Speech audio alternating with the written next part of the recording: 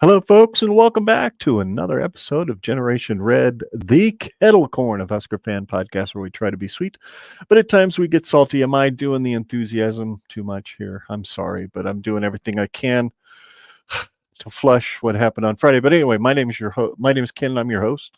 And my host is your Scott, and I am the other one. 98 episodes in. Yeah, we're still getting better. we're improving week by week. 1% better every day. Yeah, buddy.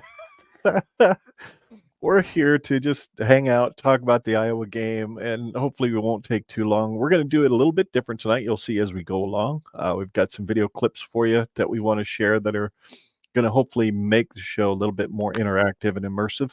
And then after that, we're going to take a look forward to 2024 and kind of ask some big questions going forward for the program and all that good stuff. But to open the show, I don't want to be a downer necessarily, but this is kind of something that's happened in the last week or so. You guys know we've had Willie Miller, former Husker fullback, on the show in the past, who shared his recovery journey from addiction and alcoholism.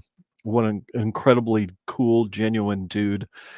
Shortly after his appearance on our show, his wife and he announced that they were going to be having two little ones, twins. And then in the last couple of weeks, there was some complications that arose. They had to be delivered by emergency C-section at 23 weeks, which we all know is a dangerous time. And unfortunately, both of them have not survived. That's just kind of a recent development. A GoFundMe has been started in the Miller name by one of their friends. So there's the tweet I just posted on Twitter earlier this afternoon before I came down to the studio. So please find that tweet. It will be pinned to the top of my profile. So if you wish to donate, please do. And if you're the praying type, also please do. They would covet your prayers and any thoughts and positivity you could send their way. So hate to start on a downer, but I thought that was important to talk about because he's a buddy of ours and we love him dearly. So anyway. That's rough, man. Yeah, it is. It's not easy. It's not easy. I have tried not to comment too much on any of the stuff that he's posted simply because they've got a process, man. They don't need my salient words of probably not wisdom for them in their moment right now. So, but I'm just thinking about you, Willie. If you happen to hear this or see this, just know we're thinking about you, praying for you guys. So, now that kind of makes the game on Friday seem a little less painful. Yeah, less at least for me. It kind of brings life into perspective, really. I mean, we're getting upset about a football game and a football team, and I know it's generally what this state lives for every fall Saturday. It just is what it is. But before we do that, I've got this really cool video. I happened to listen to. The wife and I were on the way to church. Or did you want to talk about Thanksgiving at all? But there was a fun get together with you guys, of course. It was a good time. And the in-laws and lots of good food. And God, Dudley makes the best dang dump cake. I don't know if anybody knows what a dump cake is, but it is glorious dessert, pie fillings, and then you just dump a cake on top of it, literally, you just throw some butter on it, just a dried cake mix. I mean, and then you throw it in the oven. It's just freaking awesome. It's like cobbler on steroids. So they brought that. We just had a good time. Yeah, we had both families together because that's just kind of how it was going to have to work out. They were doing like her side of the family was trying to do a Thanksgiving today, but we weren't able to do that. Kelsey right now has a friend visiting from Germany. So we've got a friend hanging out with us until Tuesday.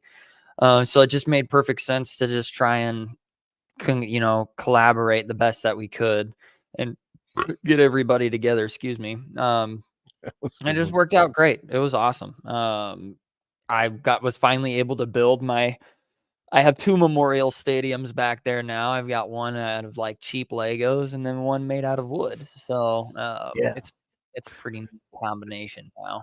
Yeah, that was pretty cool watching you put that together. You were enjoying it every bit as much as I enjoyed putting mine together, which was at times, Oh yeah, God, what the hell am I doing? And then at the other times, tips of oh, my I can see it thumbs coming still together. hurt. Yeah. Yes. Yeah. Yes, it took me a good day or so before the thumbs and the joints and stuff would quit So it's hurting, but that's just arthritis for me. So working with little pieces was a lot of fun. But by God, as it started coming together, looking better, that it's the same stadium you guys have seen on camera in the past here in the studio. So it's very cool. It's a lot of fun. Yeah, that was a fun day. Really enjoyed it. yeah. And then the game happened. So there went Yep. all the enjoyment. Anyway, but the wife and I were listening to Hail Varsity on the way to church this morning. I know, what a great spiritual thing to do right before church, but it was next on my playlist. And they opened the show as usual, like they do on a Saturday. It's post game instead of pre game. So they were talking about the Nebraska game against Iowa, and they brought Brandon Vogel on, who former chief editor at Hail Varsity, now has his own, I think, website. I can't remember what it's called. Schmitty will mention it here in a minute on this video, but this video absolutely cracked me up. Vogel is with us. Love checking in on Saturday mornings with Vogues. Counterread.com is where you read Brandon Vogel, Aaron Sorensen. What did you see yesterday? Any okay takeaways? And how did you take the what the hell moments? What I saw was what happens if you ask AI to generate an Iowa-Nebraska game from 2015 to 2022. Grabbed the long touchdown pass from Nebraska last year. Grabbed a couple of blocked kicks that have been sprinkled in. There's a lot of Nebraska turnovers to model. I mean, that's what it was, right? Like I'm struggling to find the right analogy here, but it's like Nebraska is in recovery. Iowa's been sober for 20 years. That's the difference between these. That's the difference between these two programs right now. And I think Nebraska knows where it's going, but they're just not quite there yet. So that's what I saw. And you take off. I love his wheezing. Oh yeah, he's wheezing. He's got his dog all up in his grill, and it goes on for another 30 seconds or so. They're giggling, and the dog keeps jumping in his lap like he thinks Schmitty's in pain. So he's trying to comfort him. It is. Hey, are you okay?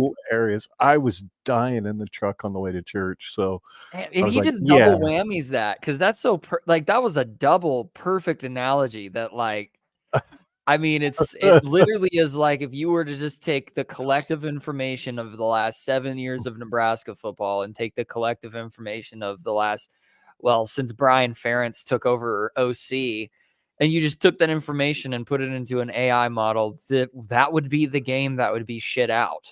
And then obviously you have to you have to give the prompt to AI saying, and it needs to end in a ridiculous way, which is exactly what happened. You have 41 seconds left in the game, or 45 seconds, and within 15 seconds, there's 2 turnovers. Yeah, it couldn't have ended more. Nebraska / Iowa rivalry games. It's what happens in rivalry games. Unfortunately, it's always painful for us. Kind of like Auburn yesterday. I don't know if you saw the end of the Iron Bowl, but that was nuts too. Yeah. A once in a lifetime pass to the back corner of the end zone, and the guy put it just in the right spot. Athletic catch, athletic. And then the guy's last name is Bond, so the stupid commentator's like, "Ladies and gentlemen, it's Bond. Isaiah Bond." I'm like, oh my God, do we really have to go here? But at least it wasn't Chris Johnson. So, and then God, that Michigan-Ohio State game was a treat. Was an absolute treat. I missed it.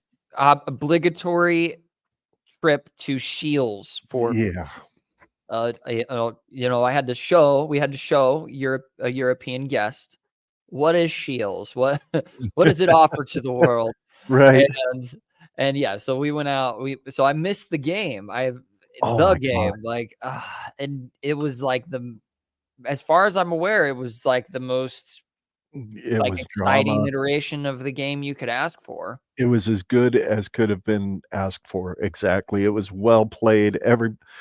It just was incredible. I was doing podcast prep work, so I kind of kept an ear on it, and Gus Johnson was just going nuts. So you knew it was a good game. If Johnson's dropping every whatever the hell you call his analogies that you can think of. Wow! Yeah, it's like, I'm like, God almighty, I'm listening to a cartoon describe a college football game, so but oh my Lord, was it fun. That was just, it's absolutely, you got to find it. Got to find the 60-minute version or whatever on YouTube. It is absolutely worth your time watching. I had a rooting interest. I know Michigan cheats, but there is nothing I hate on this earth more than Ohio State and their fucking fans. So I was thrilled to see them lose and get pissy and get out on Twitter and start calling for Ryan Day's head. And I'm like, folks, this is not a road you want to go down. We kind of know. We've done this twice now. We've had coaches that are winning 9-10 games a year on the regular, and we're sending them out the door because they're not winning like we want them to. So back it down, Ohio State. You've averaged 10.5, 11 wins with Ryan Day every year. Just because you can't win the big one. I've got a friend who's an Ohio State fan. You know him too. And he says what I've heard other Ohio State fans. We could go 0-11. As long as we beat Michigan, it's a successful season. And I'm like, that might be the dumbest thing I've ever heard in my life. There's nothing successful about just beating one team. I don't care if it's your rival. So anyway, I suppose we've postponed it long enough. We might as well just talk about the game, take some time. What we're going to do different tonight, we do have some team stats that we'll show here in a little bit. We have players of the game that we've selected based just basically on stats. And that's about we're going to show for stats on the slides. But we do have a couple of highlight videos. Mostly, I found an 8-minute highlight video for all the highlights from the Iowa game. Lasted a whole 8 minutes because not a lot of them were scoring highlights, but some pretty good defense. So we'll watch these highlights together, first half, and then we'll watch the second half highlights after we talk about them a little bit. And yeah, it should be interesting. So let's take a look at the first half. Nebraska's had 3 starting quarterbacks make multi-starts, and he throws on first down. Passes complete to Malachi Coleman. Yeah, a lot of times that ball was on the ground yesterday, that's for sure. Mm-hmm. Lost 13 of them, so keep an eye on that. Second down, they give it to Johnson. Johnson cuts up to the 41-yard line. Out at 2. And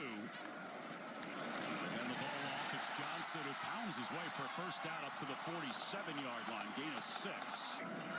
On second down and 9. Purdy looking to throw. Pass is complete. Billy Kemp. Inside Iowa territory. That run off the right side seemed to be working really, really well right at the beginning. I don't know where that run went. And I was kind of surprised they only tried one option play all day, just one. Because even that deep pass to Lloyd for the touchdown did not come off an option fake. That was a straight drop back pass. So I don't know if once again Satterfield figured something out that he thought he could just drop back and throw, because we were pretty much 50-50 between run and pass yesterday or Friday. Under 8 minutes to play. First quarter, pressure's coming, and pass is caught. Ostrenga is able to make the catch for what a lucky play. Yeah. As it seems to happen against us, I mean, I know I'm sounding victim-y, but my God, how many weird, crazy, fluky plays have been There were so done. many balls that were on the ground that did not bounce in our favor. Yep. Like that one. See, like right there. Like that one. Like Corn doesn't drop the ball much, but dang, when he does, we can't get to it.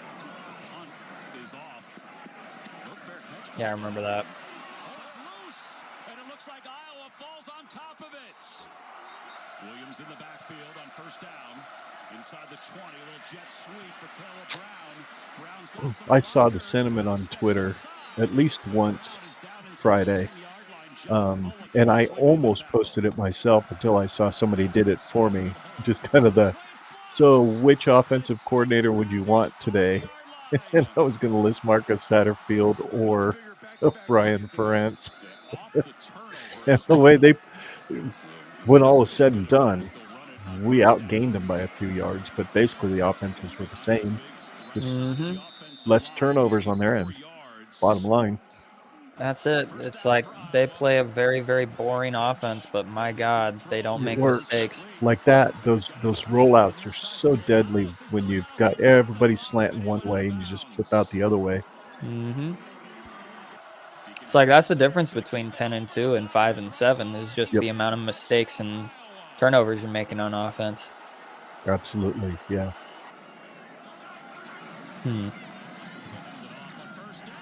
Oof. Got smokade.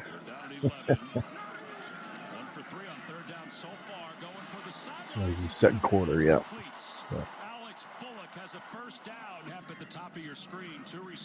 See, I know people want to get their transfer quarterback and whatnot, but I'm not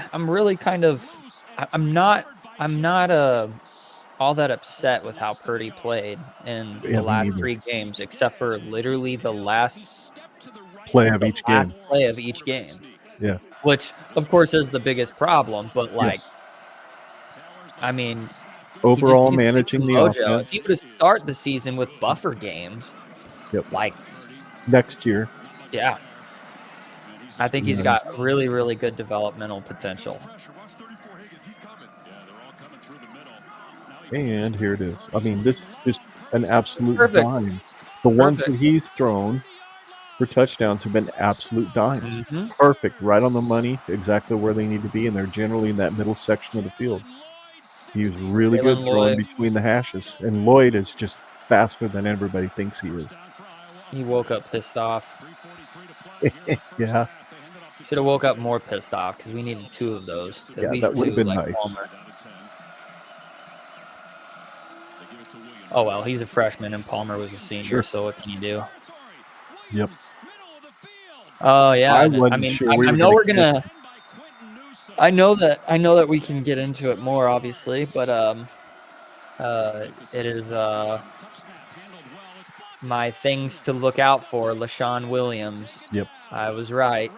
He was the guy to look for. Yep, and he's the guy to look for. Them. Yep. Was 118 rushing yards, 100 something like that. 111, 163 as a team. So they did well running the ball against us as a team. Purdy agrees with my take. Moonbot agrees with my take on Purdy. Maybe you are Purdy. Interesting side note. That's the end of the first half. Interesting side note. I did finish up all of the slides for our over-under game results show that we'll do with the Husker Cuzcast next Sunday.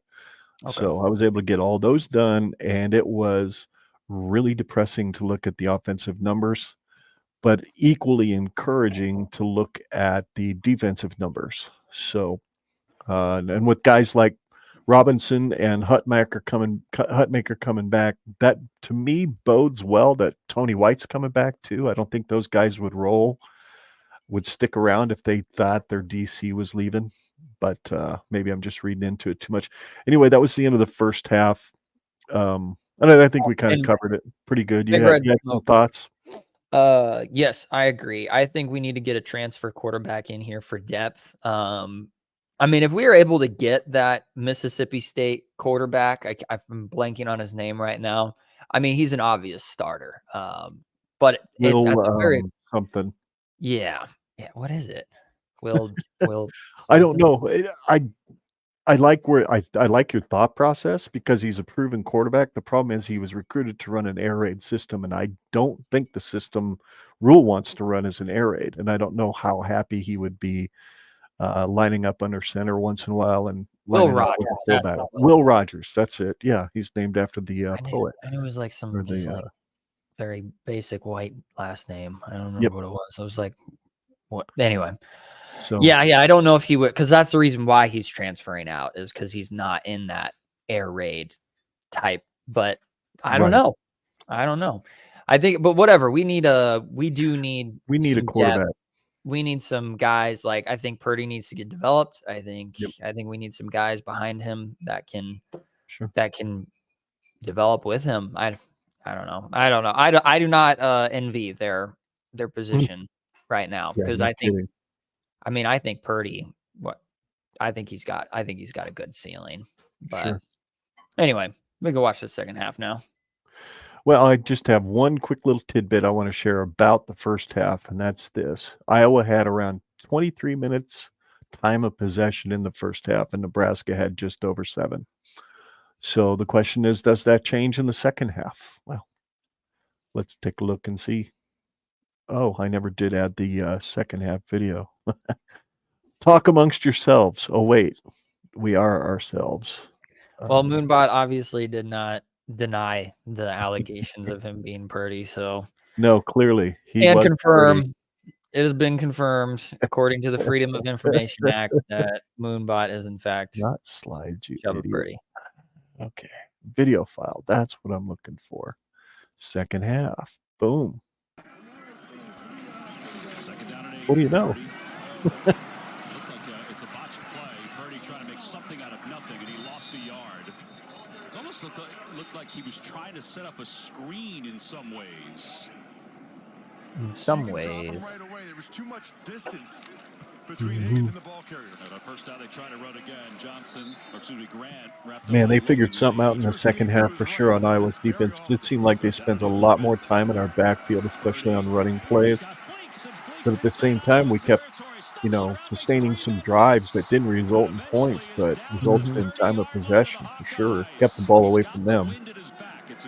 And this was a great kick. Holy cow, he hammered it. It would have been good from 55, 60. Yeah. Distance.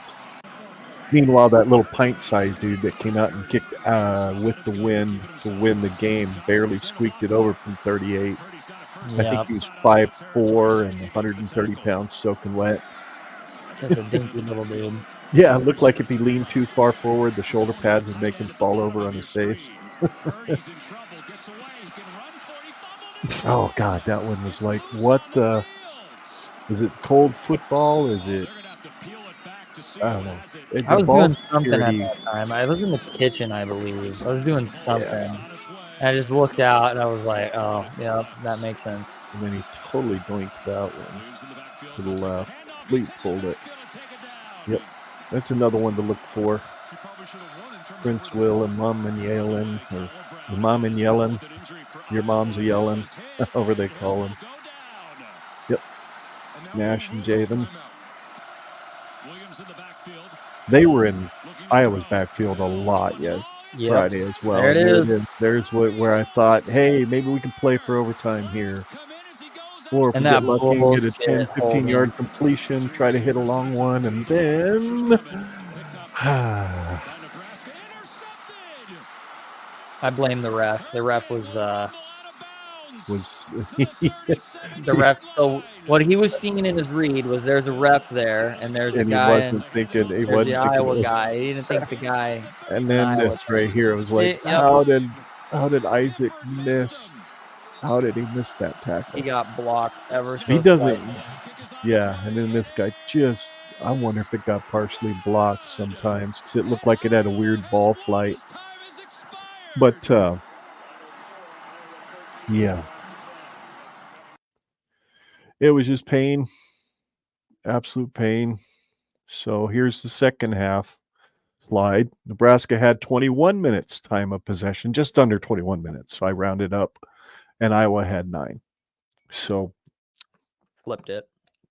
Yeah, that play where Chubba got intercepted, best as I could see when I was watching the game, that was a zone blitz play that we kind of started using way back in the 90s. We used it against Florida in that 95 good Lord, Fiesta Bowl, and confused the living daylights out of Danny Werfel. He thought 5 dudes were coming, but they drop a defensive lineman back into coverage and bring a linebacker.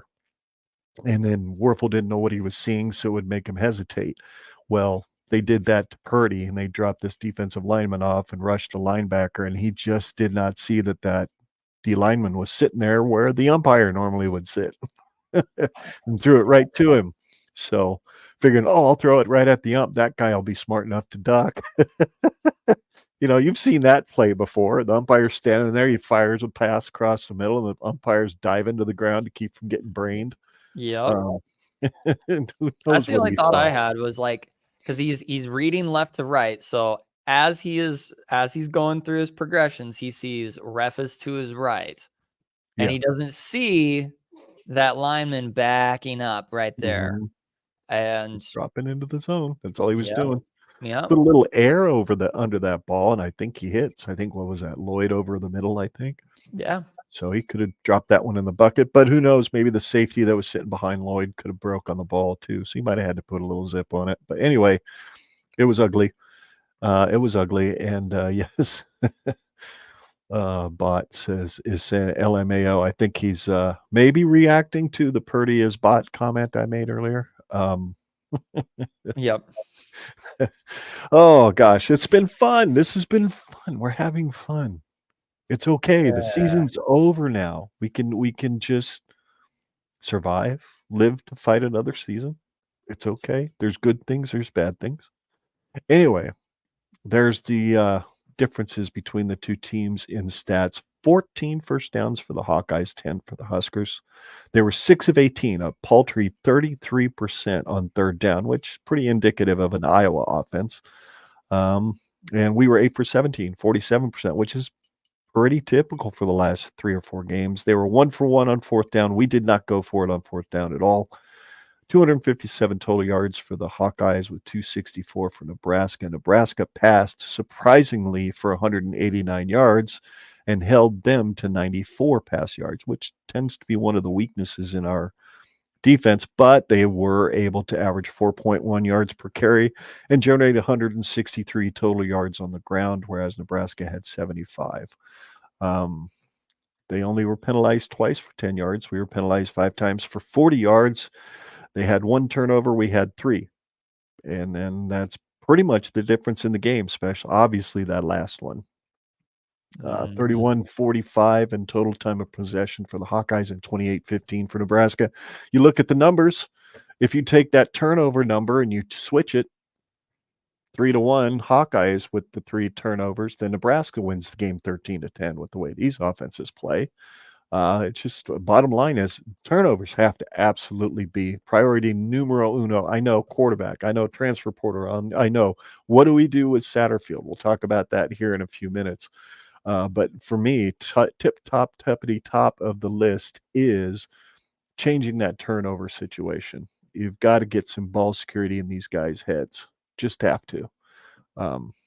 Or get a defense in practice that can come up with some turnovers and force them more often so that we're not lulled into some sense of security that, hey, we're okay at the turnover thing. Well, no, you're not, because your defense can't take the ball away either. That's the other side, in my mind, of the turnover problem that we have to fix too. White has to fix that. We got to get the ball. Got to take it. Nope, you're not wrong. Alrighty, so I just went ahead and picked players of the game. I figured it would be pretty simple for you. I think you would agree with me on these. Obviously, Chuba played his guts out. Other than that last pass, he really had a pretty good game.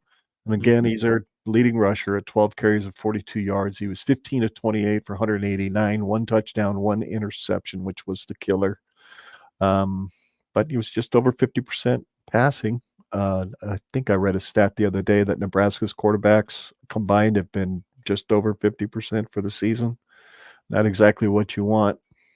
Their offensive player of the game is obviously running back LaShawn Williams, 16 carries, 111 yards, 6.9 yards average per carry. Now, it got a big chunk of that on 2 carries, one in the first half, one in the second half. Other than that, there wasn't a whole lot of room for him to go. And you could stay the same for Chuba Purdy on his passing yards. He had that big 66 yarder, and then he had a few chunky ones, but other than that, it was kind of slim pickings. Their defensive lineman, Ethan Herkett, who's the one that intercepted that pass, was also their top tackler at 9 tackles, 5 solo, and 1.5 tackles for loss. Cornerback Tommy Hill didn't tackle a lot. He had 3, 2 of them by himself, and he knocked down 3 passes while also getting one interception. By God, if he gets that first one he got his hands on, he's probably in the end zone. Yep. So, anyway, I forgot about that one. yeah, that one hurt. So I'm like, Man, oh, that's 6 points, dude. And then this game's pretty much over. Really, when you think about it. Yep. So there you go. Any thoughts on that, or was there any other players that stood out to you besides those 4? Well, yeah, obviously there's Emmett Johnson. Mm-hmm. Stats don't look like anything, but I mean, come on. If you lather that guy up, it's pathetic that we only had 75 total rushing yards, 42 of them coming from Chuba. Like, come on, dudes. Like, I mean, you watching those highlights, I mean, it looked, from what I could tell, like what was his average yards per carry? Because I think he got stuffed in the backfield a few times, so that's gonna bump his average down a little bit. Let me pull this up really quick. But I just have really loved how Emmett Johnson has looked this year. Like, dude looks like he's gonna be. See, he had a 2.5 average with a long of 6, so nothing that really blows your mind out. But like, if you lather that guy up and you give him 20 carries, I mean, dude's gonna break something at some point. But that's just me playing a fun little game of, hypothetical. And that's just me being spiteful. That's all it is. I'm just being a dick. It's okay. I understand. But yeah, no, other than Chuba on offense, and then obviously Jalen Lloyd, he got that 166-yard reception for a touchdown. Like, let's go. Yep. But yeah, no, I mean that's an Iowa defense. Iowa defense kept our playmakers kind of at bay, except for that one, which would have been or was the longest play performed on Iowa's defense. So right. And same thing last year with Trey Palmer. So back-to-back years, we've had the biggest break in our offense, or biggest break in their defense. So congratulations, fellas. 2 years in a row. If only we would have won 2 years in a row. That'd have been great. That would have been even greater for sure. Big Red Smoke on the YouTube chat says, Chuba laid it out on the field. I'll be excited to see how the offseason treats him with more of a QB1 mindset. I agree, Smoke. Absolutely agree. I don't know if he's going to go into next season as the presumed QB1. We'll see what happens when the transfer portal becomes a thing for every team to access here. Yeah, I'll go ahead and throw it. I was thinking about not throwing that slide up there. I did it as I did this the last 2 weeks. Now, I wasn't planning to this week, but those grades made me curious. I'll be curious to listen to the Doc Talk podcast to hear where he came up with an F for the running game, obviously based on yardage, 75. But how could you give the offensive line a C minus if the running game got an F, other than protection just enough to get almost 200 yards of passing, I suppose, would be why the offensive line gets a C minus, but the passing game still only gets a D plus. I'm just confused. But yeah, I think he's about right for defense, and special teams was there. I mean, if Alvano makes one more kick, then, we're in overtime, because that final kick by Iowa doesn't win the game. But, anyway, he's 18 years old. So, yep, just got to wait. There we go. He's got the jitters. Yep.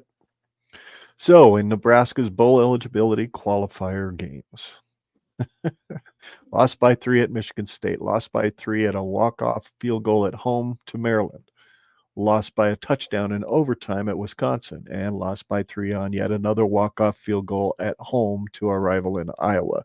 It's a special kind of hell that we're living in, and I'm not exactly sure who drank Jobu's rum or who did whatever it did to curse us, but I don't know. I still wonder if we don't make our own luck sometimes and the kids get in their own heads. Probably listen to all the news that chuckleheads like you and me out here keep spouting off on Twitter. And, you can't tell me that 18 to 22-year-old kids aren't affected by what thousands of people are saying about them on social media. They can block it out all they want, but they're hearing about it. So I don't know. Yep. Well, I like the so Scott Fisher, I've subscribed to him on on YouTube. He's just really fun. He makes really good videos that just kind of analyze certain college football teams and whatnot. And he made a video, like in the video, the beginning of the video is like, I just finished watching the Iowa game and I had to make this video because I empathize so deeply with Husker fans. I can't remember. I think he's like a Georgia fan or something like that. Some team in the SEC, I think he's a fan of. Don't quote me on that though. And he just goes line by line, just like, this is like the torment of hell that Husker fans are in. And I don't understand any of it. Like, how are the odds just so stacked against them so consistently? Like, just, you can't, like, it's going to be a 30 for 30. You can't like make up a more tragic story. Like, there isn't one. There isn't one. And I think the reason why it's so significant is because it is a blue blood program. If this was like an Alabama, or if this was a Georgia, or if this was, you name a blue blood program, if this was a 7-year span that they were going through, like it would be the same thing. Like everybody would just be scratching their heads and being like, what the hell is going on? Right. Like, how do you have that bad of luck? Like, it's really just luck. Very true.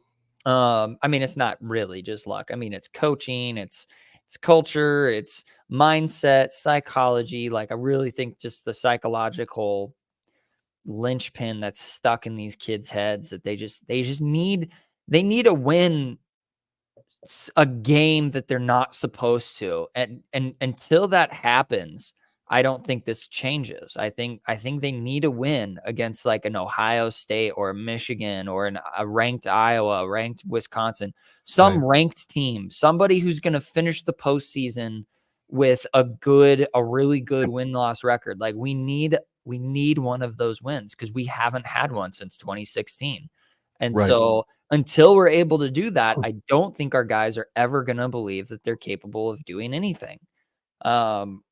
And so Scott Fisher just really kind of like went through this whole like year by year. Like, I mean, it was kind of painful. Like, I'm watching it just like, oh God, trauma, just endless trauma. So yeah, if you guys want to check it out, let me just double check. I want to say his name's Scott Fisher. I've watched so many of his videos. I might just have too much confidence. Well, while you're looking for it, Moonbot says, does this year's team beat the best 3-9 team ever from 2021? No, well, I think you answered your own question, Moonbot. I think they both lose by 3 somehow. Yes.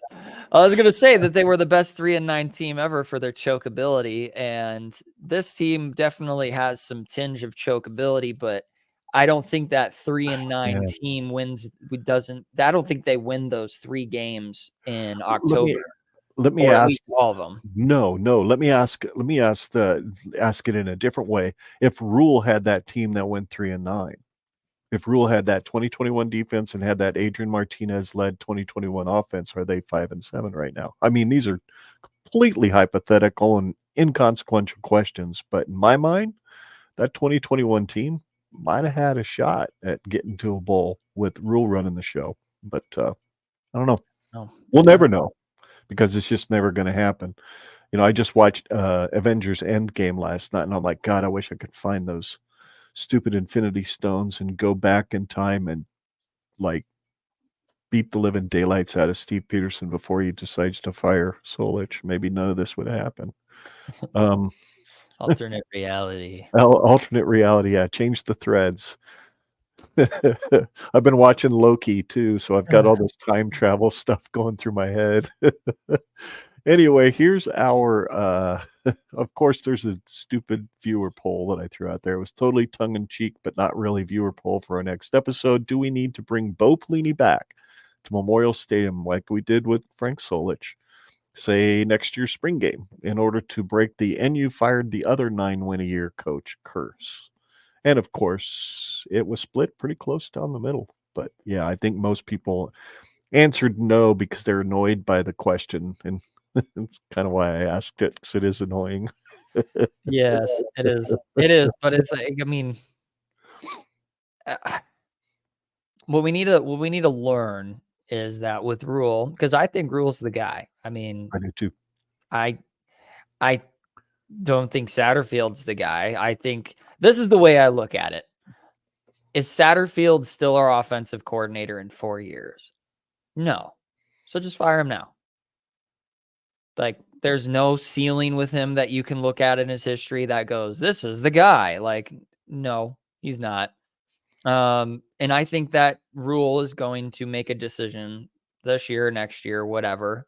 And I think that Rule is going to get the right guys. I think that just like any other human, he's flawed and he is going to make mistakes. And I think his biggest mistake was bringing Marcus Satterfield in here. Maybe it was his only decision. Maybe it was his only choice. I don't know if there was really anybody else. Yeah, well, it wasn't his first choice. It wasn't his first. Not, especially for quarterback coach. It was not his first choice for quarterback coach. He wanted Jake Peets, who was a former quarterback here, if I remember correctly, or at Nebraska. He's an offensive coordinator, quarterbacks coach, whatever, at LA Rams. I have a feeling what maybe could have happened was Peets wanted the offensive coordinator gig and the quarterback gig, and Rule couldn't give it to him. He probably wanted to say, hey, I just need you to do quarterbacks. My OC is going to run the tight ends, but you guys will co-offensive coordinate or whatever. And I think Peets just ended up turning it down and left Rule in a rough spot. So I will give Satterfield credit for this and Rule in the fact that they said way back when Sims first got hurt that if Chuba hadn't gotten hurt in fall camp, he would have been the next guy in and not Harburg. So maybe we would have seen a win somewhere along the line in those last 4 if we would have had a healthy Chuba that would have been in there running this offense. Don't know. Because he certainly looked different and better than both of the other two, in my opinion, running the whole show. So what little show there was left to run, because the playbook was obviously not quite as big for him as it was even for Harburg at one point. So, but that's this is the perfect time to start talking about next year, because we've turned the page now in 2023, except for this question. Do you think a bowl game is still a possibility? I have done no research on this today. I'm not sure even when all the bowl selections will go out or how many 5 and 7 teams might still be out there that would be available to go to a bowl. I would think Nebraska would have a shot simply out of the fact that, hey, all those people will travel. That's a lot of money for our struggling economy and whatever second-rate bowl city that only gets 30,000 people to show up to their 50,000-seat stadium. God knows 15,000 of us will show up without even thinking twice. So I don't know.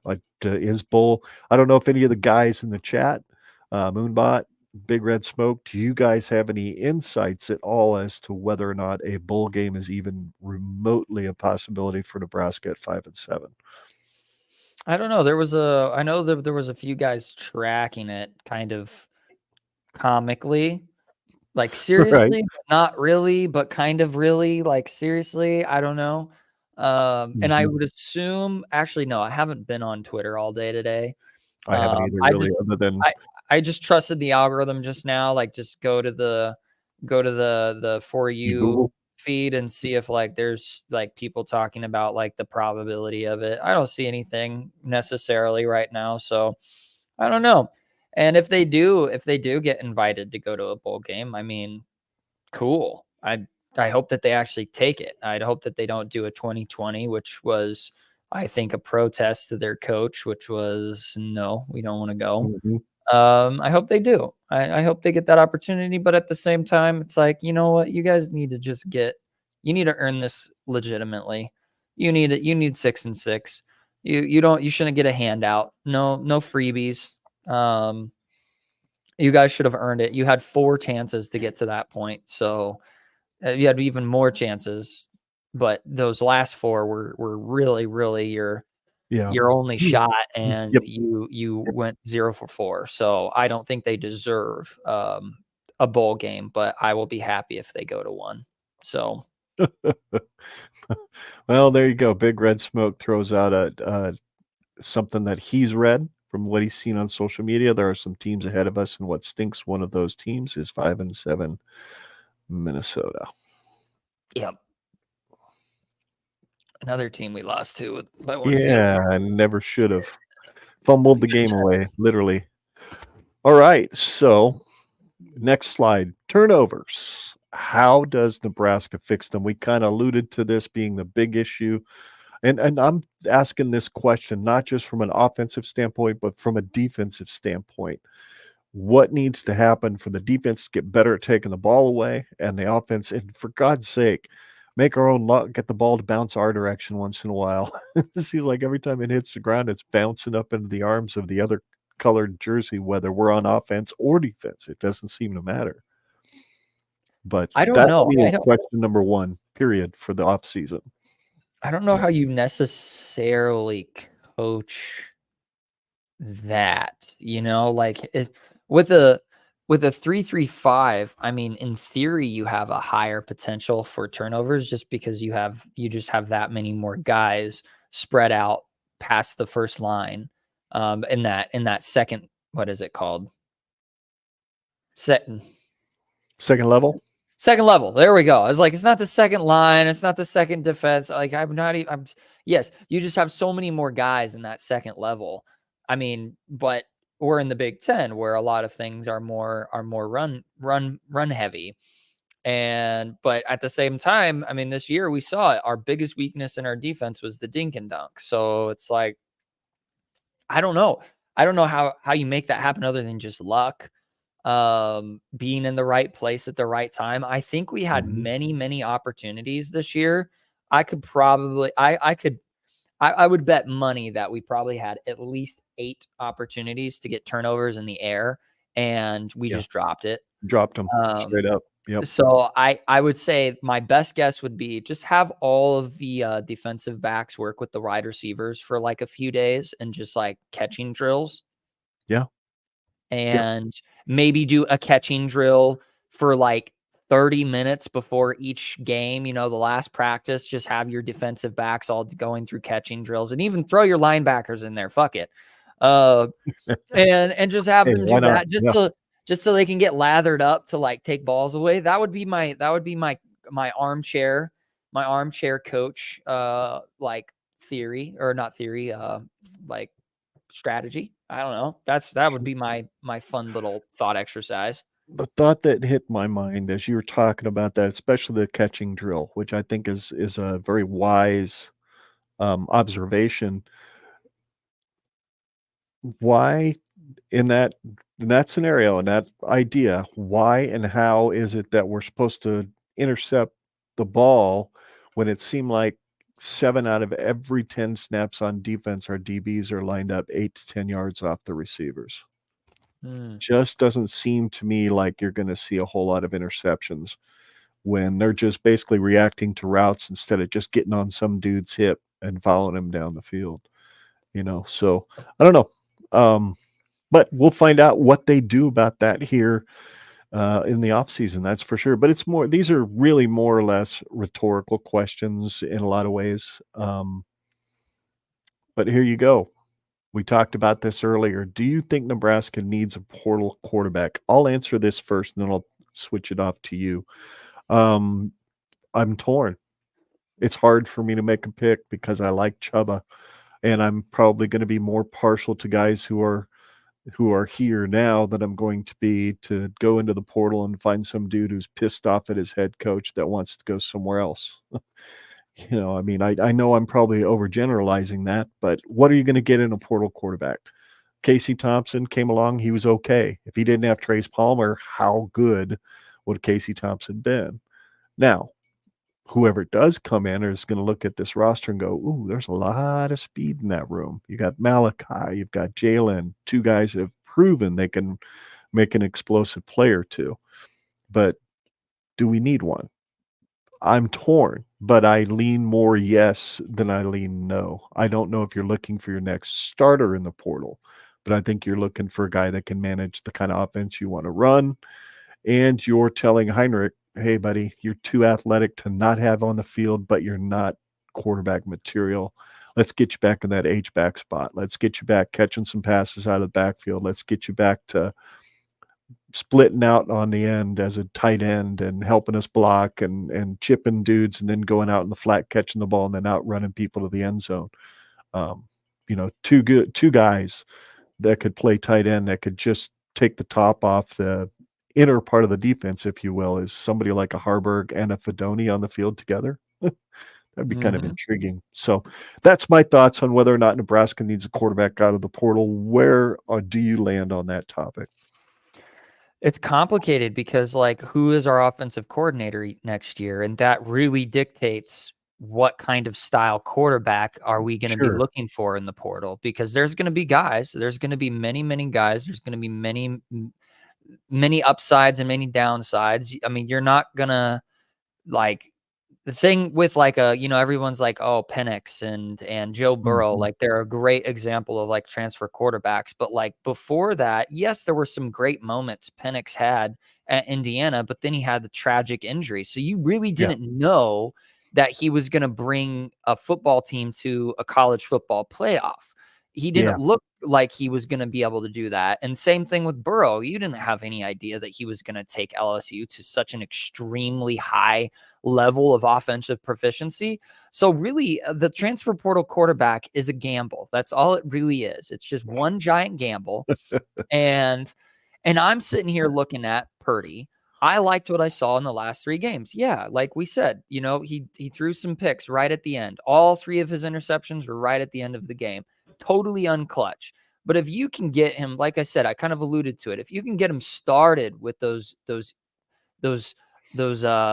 warm-up games, those break-in games, those first 4 games of the year, first 3-4 games of the year that you've got one really tough opponent that's in conference, and you've got probably a more complicated opponent, and then you got two peons. Like, give him that swagger and that confidence that he knows he can go and clutch out a game.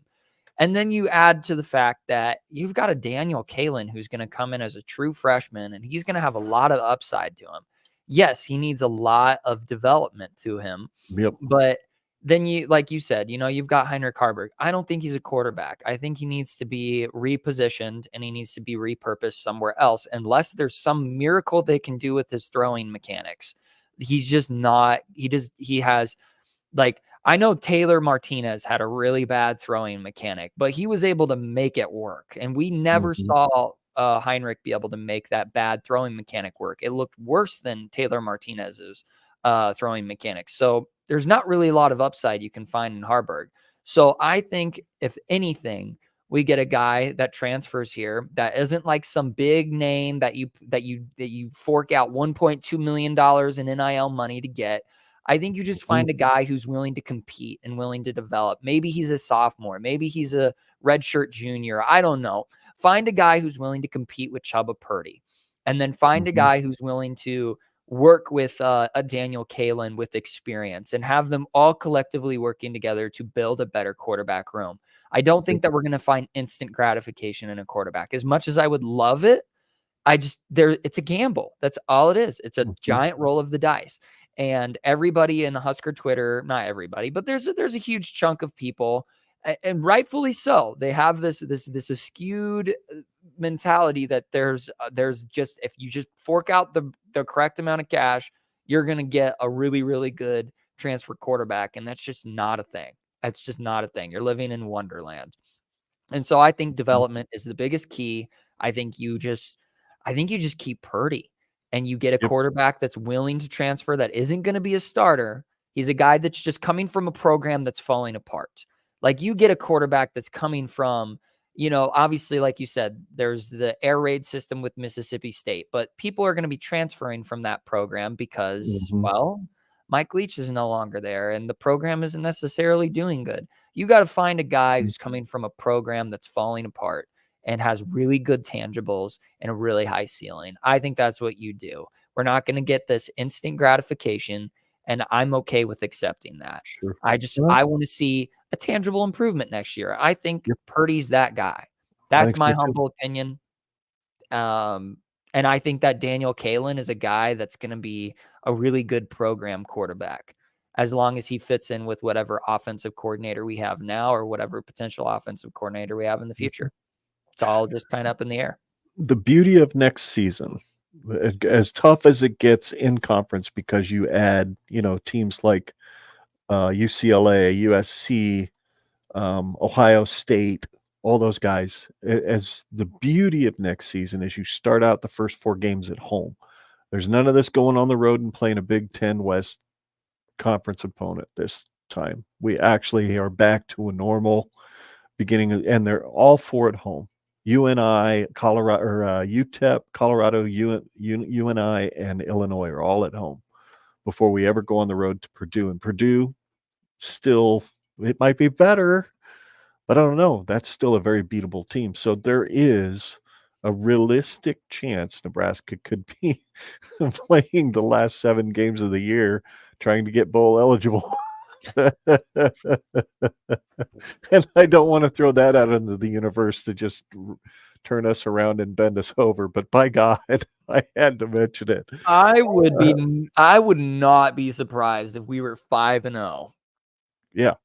And we go through the most painful stretch of L after L after L.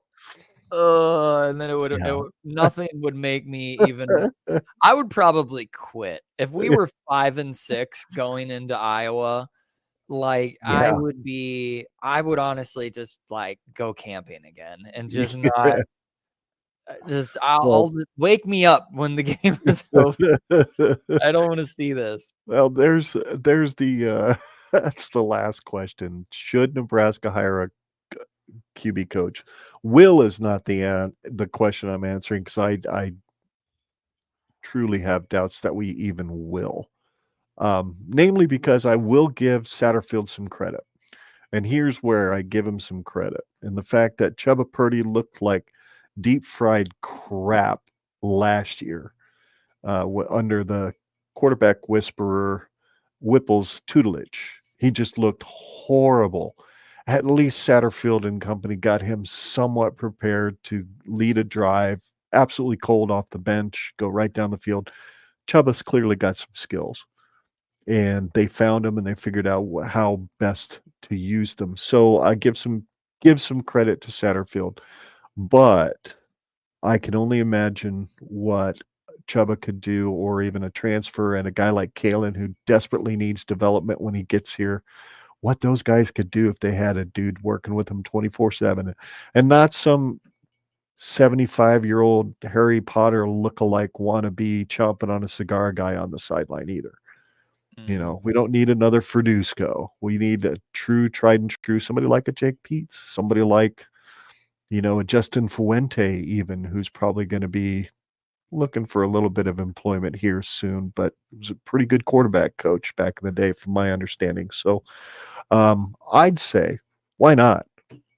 Let's tell Sat, hey, look, thanks, but no thanks. You can keep running the offense, but you're going to run it in conjunction with all of these guys. This guy's coming in to coach your quarterbacks. Maybe you go and help Martin over there in the tight end room. So that's my thoughts on that. How about you?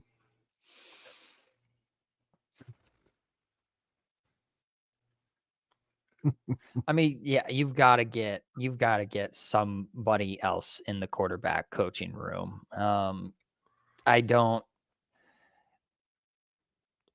haven't even looked at the carousel yet. I don't even know what options are out there.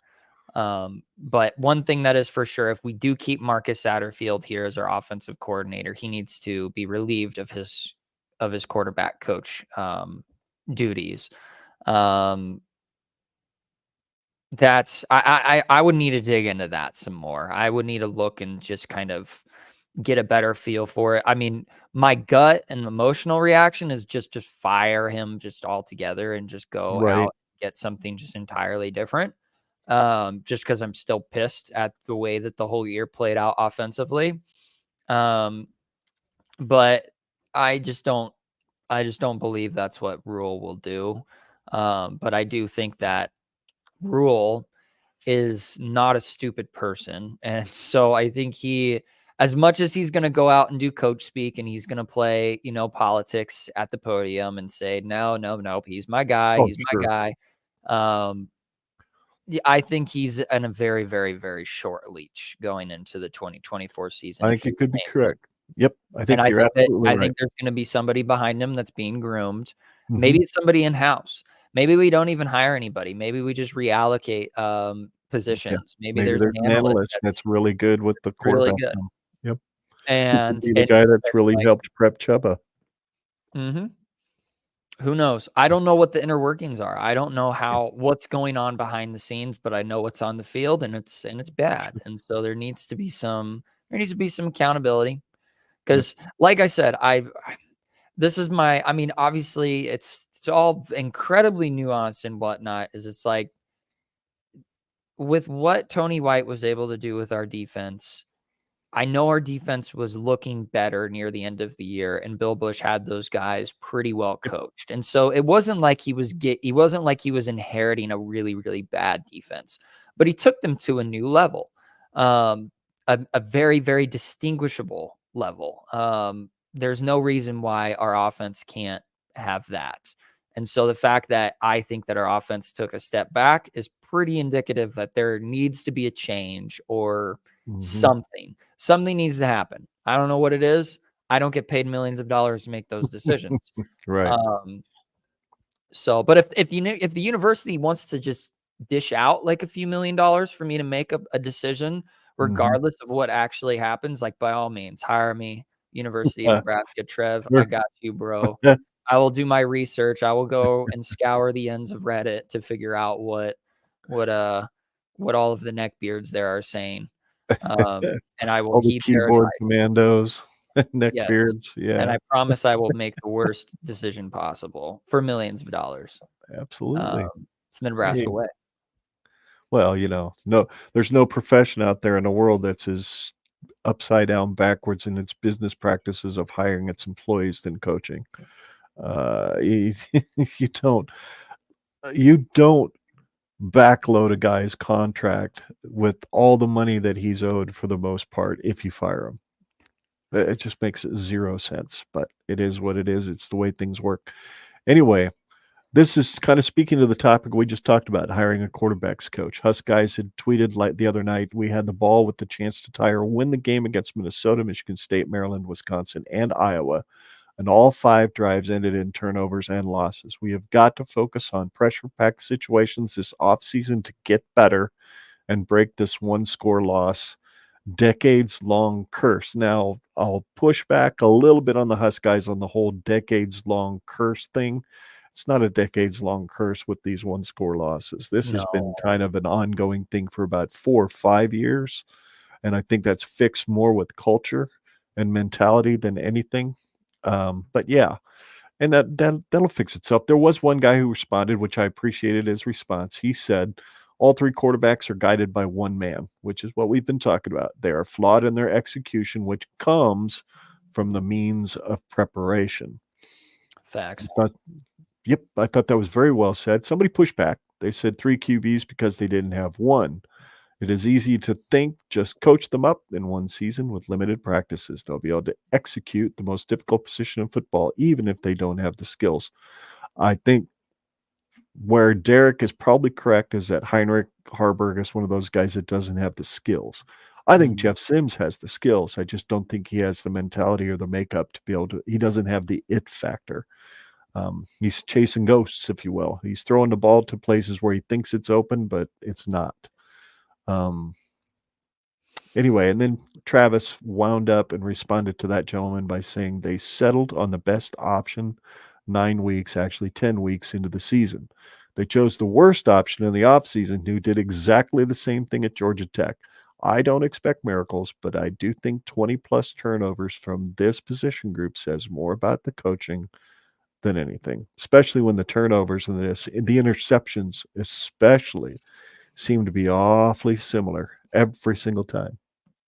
They're throwing to a spot that they shouldn't be throwing to, and I can't help but think that execution has not been drilled into their heads in the proper way. Somehow, some way there's a disconnect.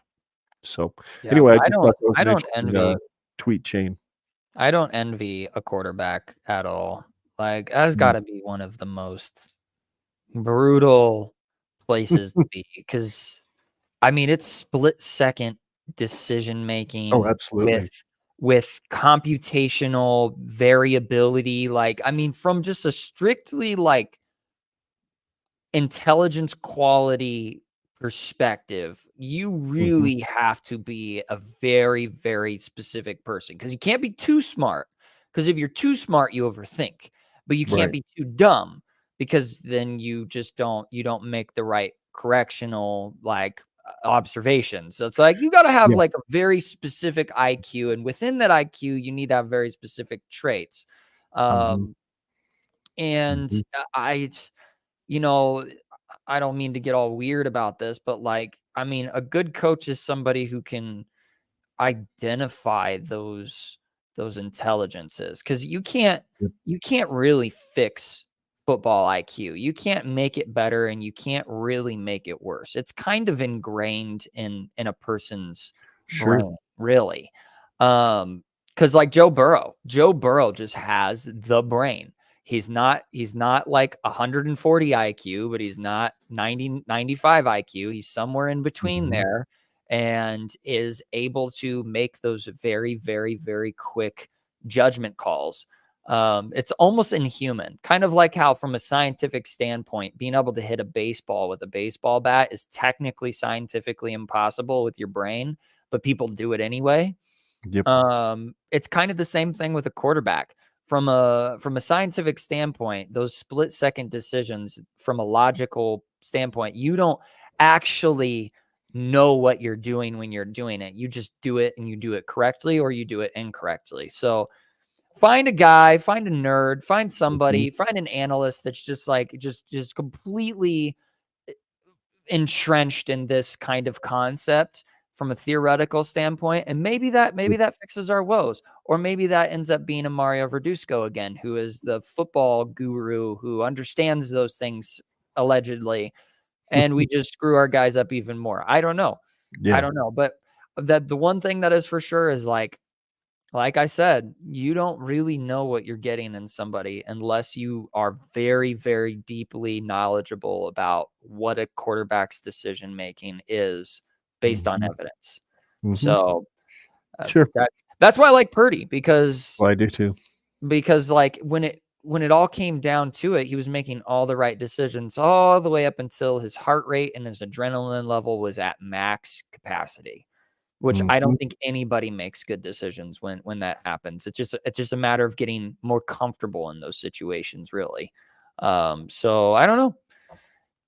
I got a little bit weird there, but I mean, I like to think like that, because it's like football is a science. That's really what it is. It's a scientific equation, and you just got to get the right numbers. There we go. Just to kind of wind this segment on 2024 down, and to kind of wind up the show here, I've just listed 3 guys that just grabbed my attention this year, that I believe grabbed most everybody's attention, that I think could really pop in 2024. On defense, you've got Cameron Lenhart. I basically selected a defensive lineman, a linebacker, and obviously a defensive back. And Deshaun Singleton, I know he doesn't have many snaps because he went out at the beginning of the Michigan game, but man, he was making an impact in every game he played. Jamari Butler's getting better by the week. Cam Lenhart was hurt for part of the year, but then when he came back almost immediately, the stats don't show on the stat line, but his number is always flashing in the backfield, and he's always affecting a play. So there you go. There's their 2023 combined stats between the 3 of them: 69 total tackles, 24 solo tackles, 8.5 sacks, 3 passes defended, and 1 forced fumble. So there you go. Those are the 3 names on defense. You think I'm kind of on track there with those guys? Yes, and I think this kind of speaks to a bigger picture kind of question, which is, does Tony White stay? I know that everybody got all like freaked out and whatnot, but I just from just like my initial thought of like, does Tony White stay or does Tony White leave? And I think from just this might just be like a very, very like hunter-gatherer kind of like let's go just to the deepest, most like instinctual feelings that men have. And I think that Tony White doesn't leave simply because, I mean, the defense he was working with has a lot of experience on it, but I mean, the potential with these guys. I think Tony White I think he's smart could to have a stick around. top 10 defense. I think he could get a top 10 defense Yeah. for multiple years Yeah. with his abilities. And if he does, if Nebraska is not his final destination, if he's not planning to have a Charlie McBride type of career here, I think if he's worth his salt, I think he sticks around for at least 3, maybe 4 years. And especially with these guys, like you just named the 3 guys that are very, very high potential. Like, and you could just go across the board. There is so much NFL talent on our defense right now if they can get developed to an even higher level. So I think Tony White stays just based on potential. And if he's worth his salt, of course, like, duh. Like, I could get a really, really good head coaching gig if I stick it out for the next 2-3 years. So that's my thought. I think Tony White stays. I think our defense is I think they're gonna improve next year. Maybe not by much, but I think they make this is what I think. I think that our defense statistically stays the same this next year. And I know everybody's going to be like, "Oh, what do you mean by that?" Look at the offenses we're going to play next year. We're going to have UCLA and we're going to have USC added onto our schedule. I think that regardless of what I feel about Deion Sanders, whatever, I think next year Colorado takes a slight step forward. I don't know how much further, but I think he's going to get some offensive lines. I think he's going to get an offensive line. I think their offense is going to be better. I think statistically we're going to play better offenses next year, and that will reflect on our defense. And I think we're going to improve a lot, but we're still going to stay in basically the same national rankings next year, but it'll just look so much better. Sure. If that makes sense. Kind of makes sense. I'm kind of in the same boat. I think the statistics will say, well, when we get to the over-under game with the Husker Cuzcast, some of those statistics might switch a little bit because I was utterly blown away by how efficiently and how good that run defense was and how that – I mean, we're getting a lot of passing offenses being brought in here, but with offenses like UCLA, if Chip Kelly is leaving, I don't know. If they go more pass happy, it might bode well for this defense. We'll see. But there's the offensive guys. I did not put a quarterback on here because I wasn't sure if Chuba was going to end up sticking around, being the guy, what they're going to do at quarterback. But these are the 3 guys that started to pop this year, especially Jalen Lloyd. 94 carries between the 3 of them, 422 yards, of course. 411 of those yards were Emmett Johnson, 4.37 yards per average, 2 touchdowns on the ground. And then the receptions, Emmett had a few, and the other guys combined for 21 receptions, 412 yards, an average of 19.62 yards every time one of the 3 touched the ball. And 4 touchdowns. That sounds good to me. Sounds like a great future, and they're only going to get better. I agree. I think it really, like you said, disclaimer, it really depends on what kind of quarterback we have next year and what kind of development they get. I think if we have a C+ quarterback going into next year, I think all those numbers for the wide receiver room between just those 2 guys, I think it doubles. I mean, they're playmakers is what they are. Yep. I mean, our offense was, I mean, damn, my brain was going to just the most offensive metaphors I could think of, and I had to kind of like tone it back. Our offense was bad. And the fact that they were able to put an impressive stat line like that combined between 2 freshmen, true freshmen. All right. 3 freshmen. Yeah. Just develop them, please. Develop. Absolutely. No doubt about it. So I think that leaves us with 1 slide left. Let me see here. I can't remember what it is. I got to remember which. There we go.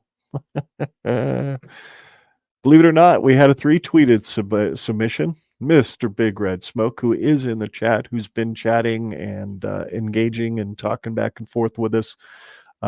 Again, folks, if you're just now tuning in, please don't forget to watch us here on YouTube and Facebook and jump into live chat. We have a lot of fun interacting with you guys as much as we can. As long as it kind of stays along topic, we'll do our best to throw your comments up on screen and talk about them. But Big Red Smoke says Nebraska goes into the off season with nothing but silver linings once again. I am red till dead, but also disappointed with this season. There were good things that happened, but the goal was to be bowl eligible. Excited for next year. You went all up and down the spectrum of emotions. You were rational for a moment, then it was like, oh God, but the goal was to be, oh Lord, life's over. Oh, but excited for next year. So well done, Smoke, and thanks for using the hashtag 3tweeted and tagging me in this. We've already talked, so I already have his address, so I will be firing off his bag of jerky here tomorrow. So yeah, there you go. Well earned. And that's kind of how, I mean, you, from a feeling standpoint, you kind of summarized how I feel, which is just like a bipolar kind of feeling where it's like, there's plenty of things I can look at and go, well, I mean, if the sky's the limit, like there's things that can get better here. And but this, like, I don't know. There's many parts that I just don't think really have much redemptive qualities to it. And just like, but I mean, Moonbot, he stated earlier that he thinks next year we are going to go 4-8. 4-8, and that CU beats us again. Yep. Yes. I can see that, unfortunately. If this is the exact same team, if this is the exact same team next year, yes. Yeah.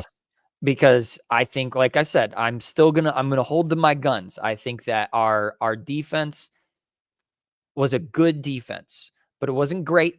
It wasn't earth-shattering. I think that if they played in an SEC or they played in the Pac-12 this year, I think they would have gotten blown out multiple times. I think they would have struggled more in the Pac-12 than the SEC, though. Yes, maybe the SEC West, but I don't think the SEC East would have been much of a challenge for that defense. But yeah, the Pac-12 for sure. Arizona was good. UCLA was good. USC was good. Oregon, Washington don't even need. Hell, Oregon State was good. Their freaking coach is going to Michigan State now. Yeah, which is a whole nother topic. But I think if there's zero development, coach is going to A&M. I think if there's zero development, I agree, Moonbot. I think 4-8 is probably the record, which is honestly a really smart thing to do because you can't give, like, this is rule year one. He is a developmental coach, allegedly. But we know as Nebraska fans that, like, you can't assume that there's going to be tangible growth through all three phases of football going into next year. Knowing us, there's going to be something like, knowing Nebraska, we're just going to have like an absolutely lights out offense next year, and our defense is going to lay an absolute egg. That would not surprise me. Yeah, that would be our luck for sure. I think that next year is one of those things that I'm looking at, and there's a lot of silver linings, but there's still a lot of questions, and I feel very bipolar when looking at next year. Like, obviously there needs to be some off season, like settle down, let things kind of simmer out a little bit, let the emotions kind of level out. But yeah, right now I kind of have that same concept that it's like, there's good things, but there's like, like I predicted 6-6 this year.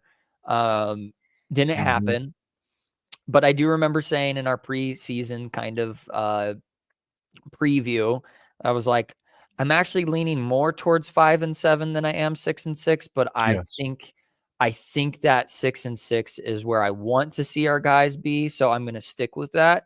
So in all reality, I'm right where I expected us to be. But Moonbot, I think that there is some sort of jump, and I think we probably go. No, I'm not going to say it. Not going to say it. I'm not going to give into the way too early predictions quite yet. No, we're not going to do that yet. Not do that. If you extrapolate the numbers based on the averages of what Matt Rule has done from year one to year two in any place that he's been, This was the year he was most successful in his first year. End of story. As far as college football is concerned, he's never been as successful as he was this year as far as a win-loss record. We're going 11-1, baby. Yeah, if you extrapolate it out, usually he averages another 4 to 5 wins in his second season. That would put Nebraska at 9 or 10 wins next year. I don't think that happens, but I don't see 7 wins as not a possibility because that's generally about what he wins in year 2 when you count the bowl game. So I'd take 7 wins next year in a year where you're really developing your young guys because a lot of the older guys are gone. When you're trying out some new offensive linemen, maybe you've got a couple of portal additions that are working their way into the culture. So yeah, it's possible. Let's take a look here. And speaking of Matt Rule, Surya Hashua, I followed him forever. He's Yep. a great follow. I'm going to level with y'all. Rule wasn't even in my top 3 last December. I wanted Lane Kiffin. Hey, put me in that camp. I wouldn't have minded Lane one bit, or even Luke Fickell. I thought we needed a splash hire. Rule wasn't even on my radar. The season didn't go the way I wanted, but I currently feel Rule was the right hire. Hashtag trust the process. Hashtag GBR. Hashtag Huskers. I am... In case you haven't noticed, my pattern for throwing tweets up on the screen are generally ones I agree with because, I like my echo chamber and I'm not leaving it. You know what I do when I see a tweet from an egghead? I don't copy it. I don't paste it. I don't throw it up on the stream. I scroll by it. Now, if there's a reasonable argument that disagrees with my stance on something, I will be glad to entertain it if it's reasonable and it's not knee-jerk and you're not name-calling people. Pretty simple that way. Treat others as you would have them treat you, even when you disagree. So, there you go. Yep, I think Rule's the guy. I do too. think Rule's the guy, at least for the next half a decade. I don't know if he's our 20-year coach that sticks around until he decides he wants to retire. I don't know. Maybe he's developing that guy behind him. Yep, I think at the very least he's a guy that's going to be here for half a decade, and he's gonna leave this program in a better place than where he found it. Sure. I don't know how that plays out.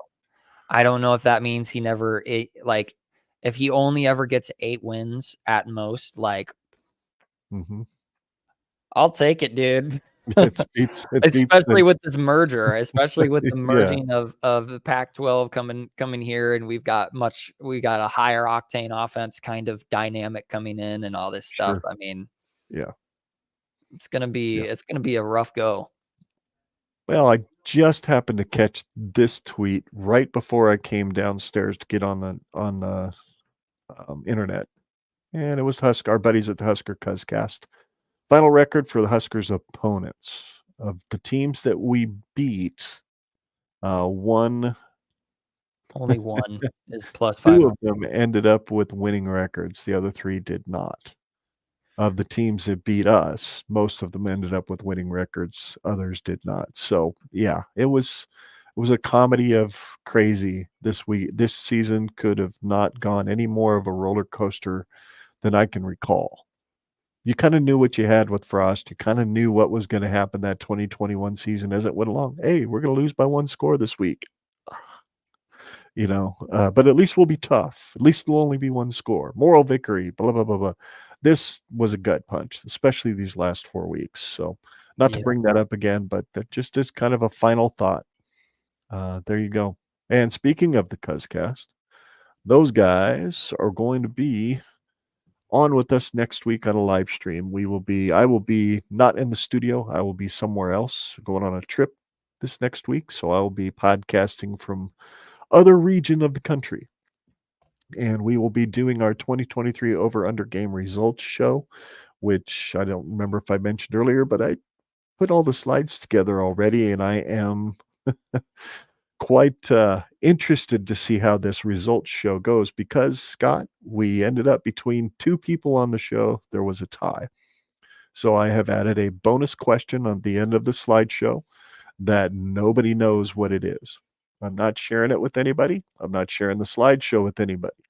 So whomever the 2 people are who are tied will get the question cold, and they will not be allowed to use the internet, or I will issue them a strongly worded statement of unfavorable feelings.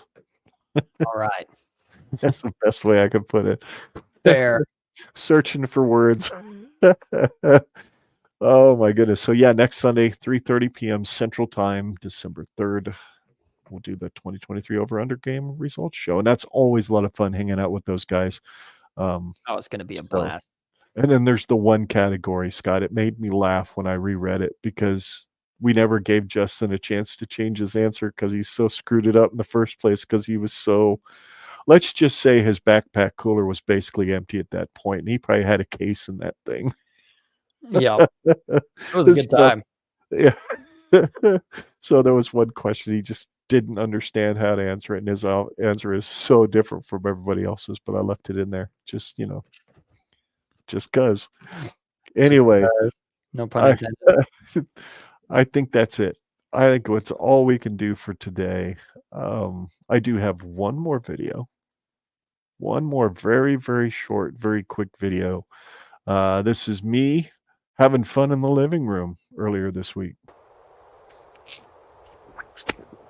Little inside-out swing path, putting a little draw on the ball.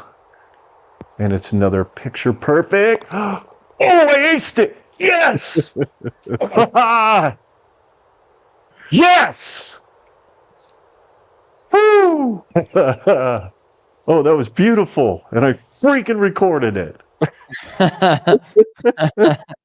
That's great. Up and around like a little kid who just, yeah, that was fun. Oh, it was so much fun. And I'm sitting there kind of, because I knew I was recording and I had my camera going. So I was just kind of like, oh, wow, this is recorded too.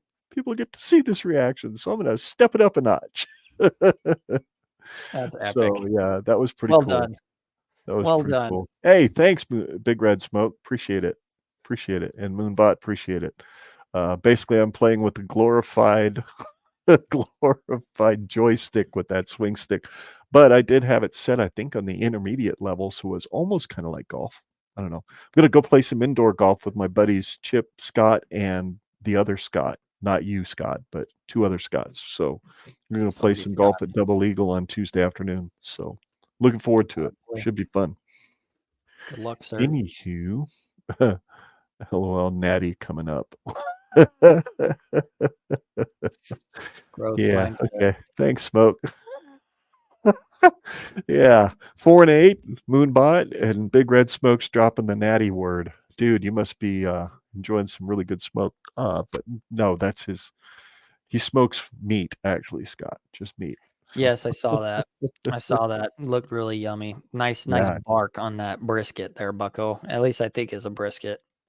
Yeah, it looked pretty on tasty, your profile for picture. For sure. Anyway, where can folks find you out there on the Twitterverse? Yes, you can follow me at Scott GenRedPod. This is Scott with 2 T's. Second T is silent. You can follow me there for tons of hot takes and predictions and all that stuff. Made the Twitterverse very, I want to say, upset. I just got ignored. I put a poll up. A very controversial poll. Nobody wanted to touch it up until like the last 2 minutes of the poll. Of the game, the game. The one that literally the last 2 minutes of into the universe. It was his fault we lost, folks. Just so you know. Yeah. I put a very risque poll on Twitter, damning Nebraska. But I don't know. I'm trying to play this game of like jinxing us in the opposite direction, where I just predict us to just totally screw up, and then it doesn't happen. Yeah. So it's a lose-lose, because if I'm all positive and happy, nothing happens. And if I'm all negative and Nancy, nothing happens. So it's like, well, I might as well just have fun with it, I guess. I'm going to try and be bipolar next year, where every game I'm just like, I'm Dr. Jekyll and Mr. Hyde.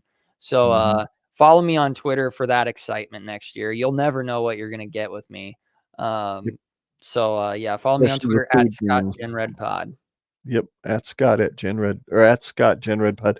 You can follow me and the show at GenRedPod on Facebook, YouTube, and Twitter, as well as Generation Red for the audio show on your favorite podcast app. Apple Podcasts, if you're still subscribed to the old feed, and you might be, please make sure you check and take a look at the album art for your podcast. If it shows Scott and I both on the cover of that album art, you've got the right feed. If it doesn't, unsubscribe, resubscribe, do another search, resubscribe, and you'll be set up with the new feed. So let's see here. We are a proud Herd at Sports podcast. We appreciate those guys and all that they do. I am still working on a kettle corn sponsorship possibility. So we'll see where that goes in the next few weeks. And let's see, genredpod@gmail.com is our email address. Please send us any questions, suggestions, or comments for the show. Genredpod.com is our website. Yeah, that's it. Yes. All of our social media links, all of our previous episodes, as well as all of our YouTube live streams are available right there on our website at genredpod.com. So please check it out. And don't forget to leave us a review while you're there. And until next time, he's Scott, I'm Ken. Together we are Generation Red, and we are here to chronicle Nebraska's eventual return to greatness, one podcast at a time, because there really is no place like Nebraska. And Iowa's corn sucks, but it clearly doesn't suck as bad as I thought, simply because Deacon Hill has been clearly eating an exclusively corn diet, because that boy is thick. He's fucking huge. So Iowa's corn must not be that bad if that's all he's eating all day and every day. So, but Iowa's corn still sucks. Just call him corn cob, because that dude was shaped like one. God, Holy smoke. butt cheeks were massive. Yeah, for sure. Anyway, thanks again for watching, folks. Thanks again for listening. Like, share, subscribe. You know the drill. And we will see you next week. Same bat time, same bat channel. And go Big Red.